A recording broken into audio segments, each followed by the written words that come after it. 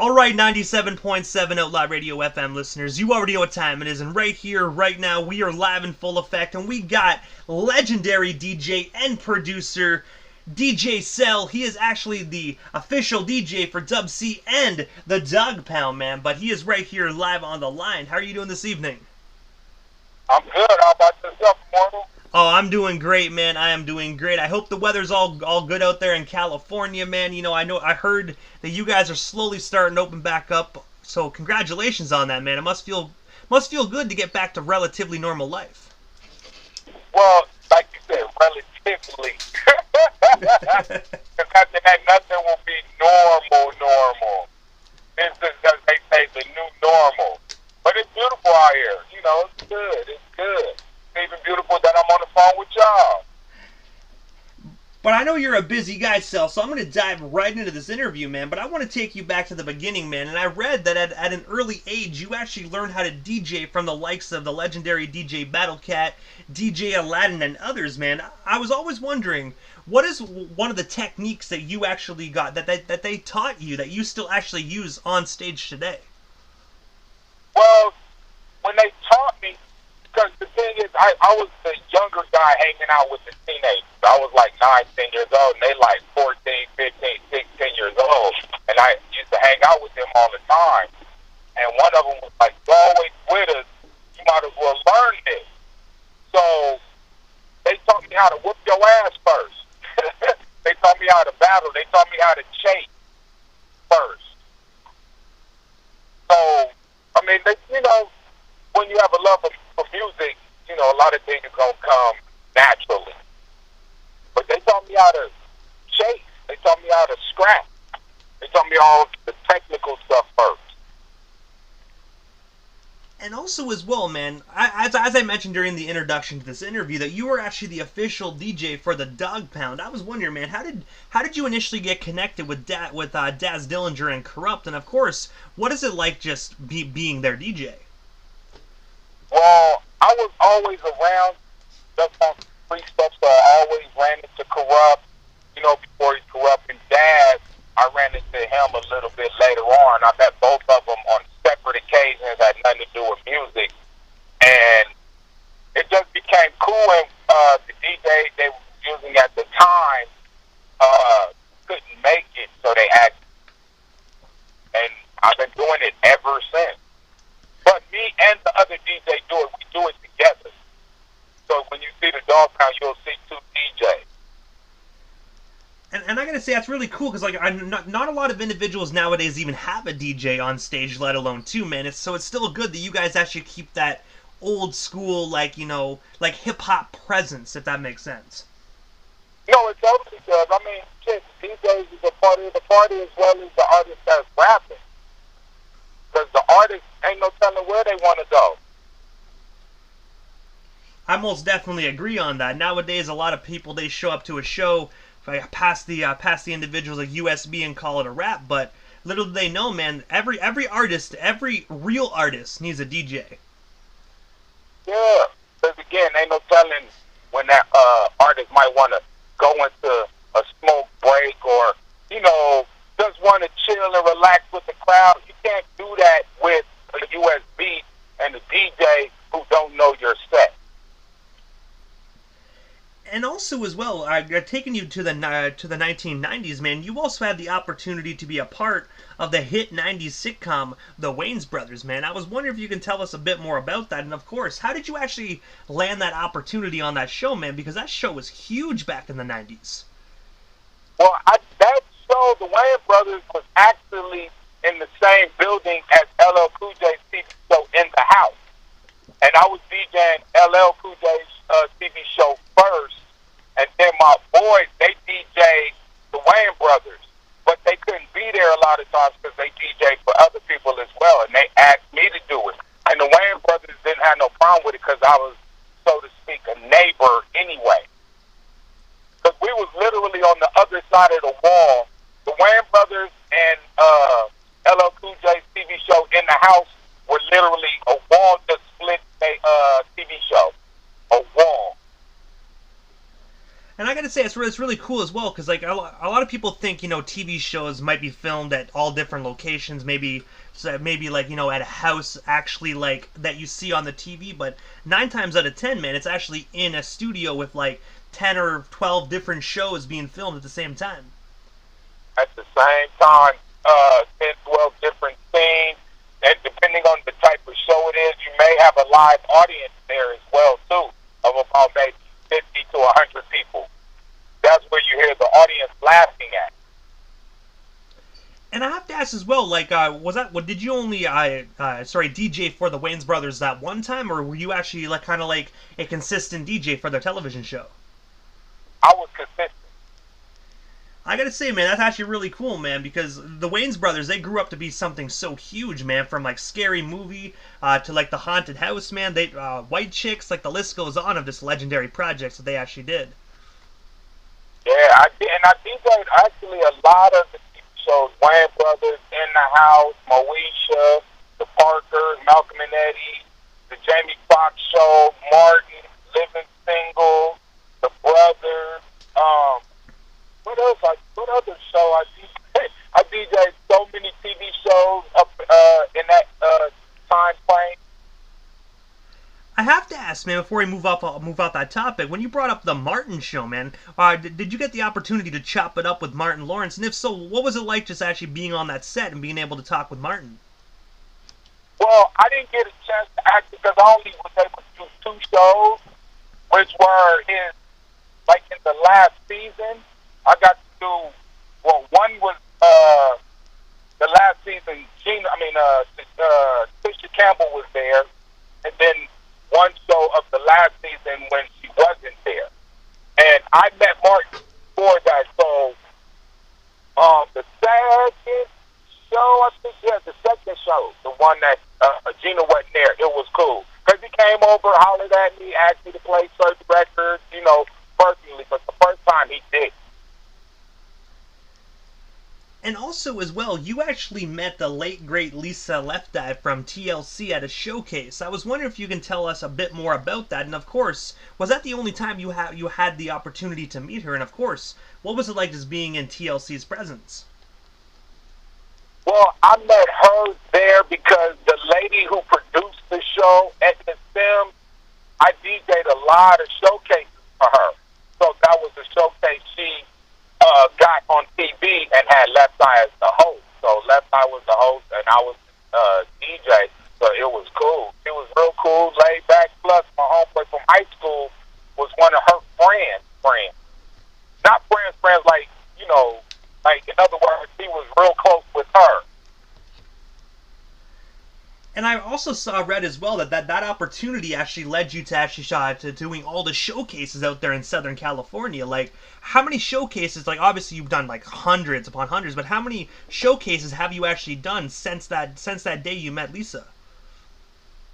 Oh, I'm not going to even lie, I can't even count. I still do them to this day.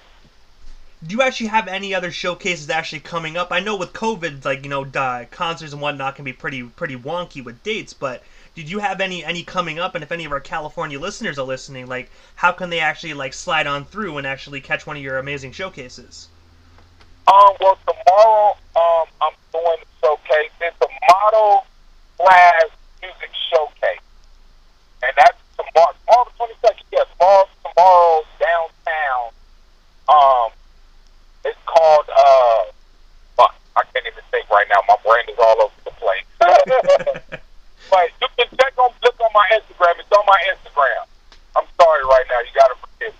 Oh, man, it's all good. I know you're one of the busiest DJs in the business, man. So, trust me, I completely understand, and I'm just grateful that you're actually giving us a bit of your time this evening, man.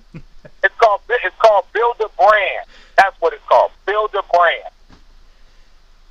So, ladies and gentlemen, if you're in California, make sure you slide on through and show the one and only DJ Cell some love, man. Because I wish I could jump across the border and just be able to visit this showcase. So do me all a favor, if you're out in California, make sure you slide on through. Yeah, come on, anytime, man, anytime. You can just check it out. Check anything that I have coming up on Instagram because I do post, the events that I'm doing. DJ Cell, or DJ _CELL _DPG. also as well, so my apologies, Sal, my apologies. No, you good. I was just saying, also, aside from actually being a DJ, man, you were also a producer as well that worked on countless projects. But the one that I remember the most, man, was I believe in 2001, where you worked on Yuck Mouse album Thug Lord. I was wondering, how did that opportunity arise for you? And of course, what was it like being in the studio producing for the legendary Yuck Mouth of the Loonies? How did that come about? If I'm right, yeah, I knew Duck already, and we happened to be at the same studio, and I just hit him up like, I don't be afraid to talk. Hey, as they say, closed mouths don't get fed. And I just spoke up, and he was like, oh yeah, don't slide through. And the record that I did too, one, actually both with Mike Dean, one made it to the album, and the other one didn't. And I gotta say as well, it's still really cool that one of your songs actually made it. Like, was that the only time you had the opportunity to produce for Yuckmouth, or was there other times you actually shared the studio? I'm sorry? I was gonna ask, was that the only time you had the opportunity to produce for him, or did you actually share the studio with him another time? No, actually, that was the only time I actually worked with him. But other than that, I DJ'd for him. I recorded records with him. All of that since then. I just haven't actually, per se, produced for him, like I did before with Mike Dean. And also, as well, you were actually one of the tour DJs that was a part of Cat Williams' Growth Spurt tour. I was wondering, what was that experience like? And of course, what was one of your most fondest memories you shared with the one and only Cat Williams on tour? One, I could say, people think he's crazy, weird, or whatever. You got to think about it. They say geniuses are crazy and weird. That dude is a fucking genius. Like, it's so unexplainable. Like, you have to be in his presence to understand what I'm saying. You get what I'm saying? Like, he'll make you totally think different about him. Totally. He's cool. He's laid back. He don't act like he's Cat Williams. He'll literally come over and walk up to you, chop it up with you, like he's been known. I mean, I've been known him because I DJ'd the Hollywood Improv, which was the #1 comedy club for about 15 years. Me and D. Ray Davis did it together, along with promoter Spike. And Cat was one of the performers up there, every Monday. And he asked me, hey, would you like to come be my DJ on tour?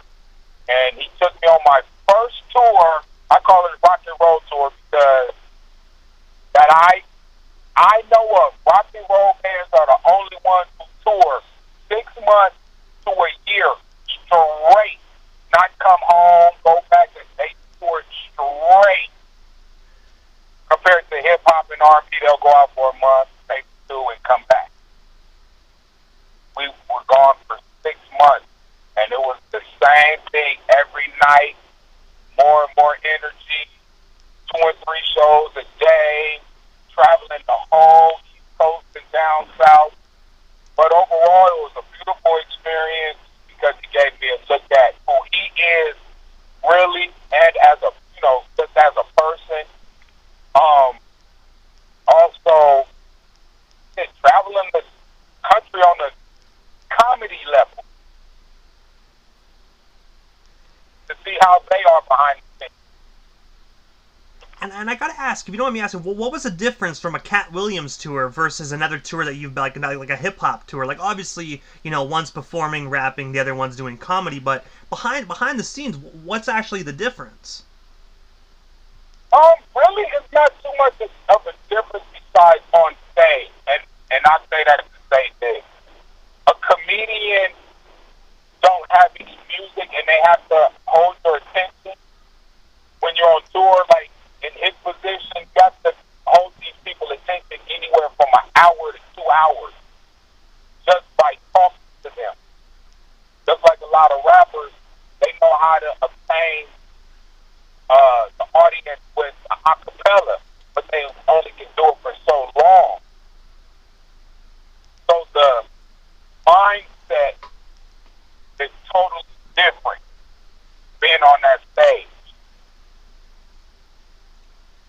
And also as well, you actually had the opportunity to DJ for former LA Laker Shaquille O'Neal at his club and house party, man. I was wondering, how did you land that gig, and what was it like just DJing at Shaquille O'Neal's party?